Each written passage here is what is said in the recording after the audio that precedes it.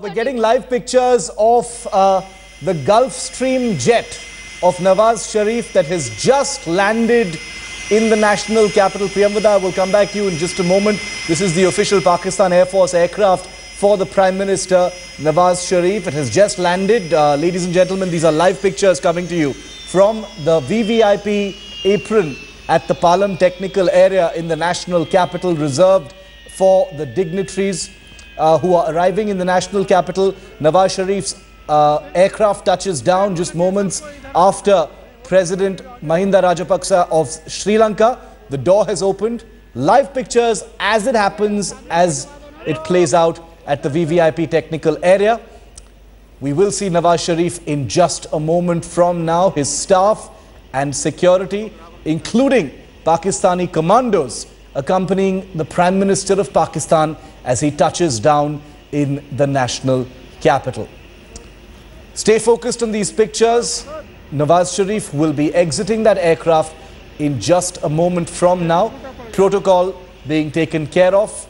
The reception committee is in place and Nawaz Sharif will be exiting that aircraft any moment now. That's a Gulfstream aircraft of the Pakistan Air Force that has landed at the VVIP terminal. The red carpet has been rolled out. All protocol in place. Senior officers, the air officer commanding of the Palam technical area is there as well. He's an officer of the Air Commodore rank. And there you have it. There's Nawaz Sharif exiting the aircraft at the Palam technical area. I want to get you a voice from there. Our editor of Strategic Affairs, Gaurav Sawant, is with me on the phone line. He's live with me. Gaurav, just take us through any details you have of the composition of Nawaz Sharif's delegation. This Pakistan's Prime Minister Nawaz Sharif is accompanied by his National Security Advisor Sartaj Aziz, who is the Advisor on National Security and on Foreign Affairs. With him is also Mohammad Qasimi, his Special Assistant, the Foreign Secretary, as his personal assistant. This is the composition. Okay, that's a bit of bad audio we've got. Obviously, there are communication jammers that are on at that point of time. But let me bring in Rezaul Laskar, Bureau Chief of Mail Today, National Bureau Chief of Mail Today, formerly PTI's correspondent in Islamabad, who's reported extensively on Indo-Pak relations from Islamabad. Rezaul, as we bring in these live pictures to our viewers, just tell us what you know about the retinue. Who accompanies Nawaz Sharif on this visit? Well, he's got a very strong team with him. He's got obviously his National Security and Foreign Affairs Advisor Sartaj Aziz. He has his Special Assistant Tariq Fatimi, who is also a very key member of the Foreign Office.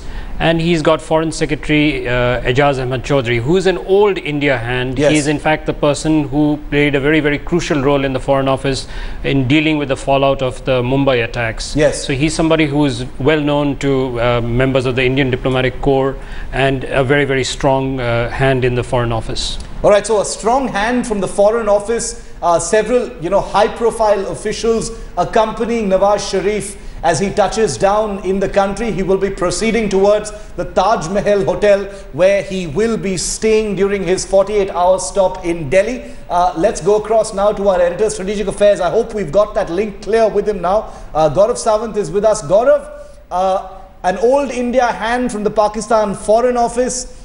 Several persons considered to be India experts accompanying Nawaz Sharif on this trip. Completely understandable. Huge amount of importance being given to this particular visit. Shiv, while the Prime Minister designate Narendra Modi and the Pakistani Prime Minister Nawaz Sharif, they break the ice, they get to know each other and establish a personal rapport to take the relationship forward, and a lot of impetus would be given by their personal touch. It's the nuts and bolts that will be discussed by the Pakistani National Security Advisor Sartaj Aziz and soon to be appointed India's National Security Advisor. In fact, what sources in the government are telling us, as soon as Prime Minister Narendra Modi takes oath of office at 6 p.m.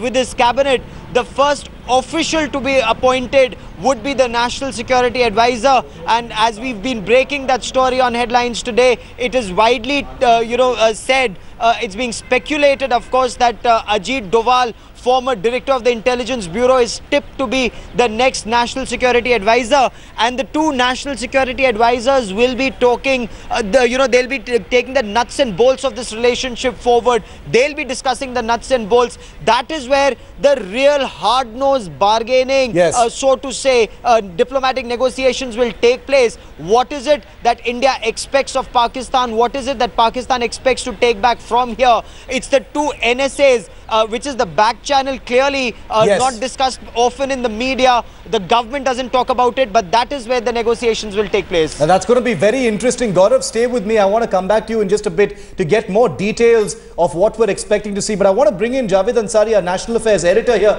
Javed, full protocol for Nawaz Sharif. He's finally here in the country on the back of many days of speculation. Will he, won't he? What will be the protocol? What will be on the table? Will there be deliverables? Will there be a joint statement? Who will he meet? Who will he not meet? Finally, Nawaz Sharif is here. Full protocol reception for the Pakistan Prime Minister.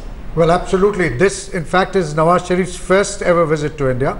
And he's getting a lot more protocol than we saw what Mr. Rajapaksa got. Though Rajapaksa is the president of Sri Lanka, Nawaz Sharif is prime minister. So in protocol, he's one step lower than Rajapaksa. But yes, given the significance of India-Pakistan ties and the fact that, we have a very checkered relationship, depending on how you look at it. Nawaz Sharif, India has rolled out the red carpet for him. Within limits, and Nawaz Sharif is getting a bit of special treatment compared to what the others have got.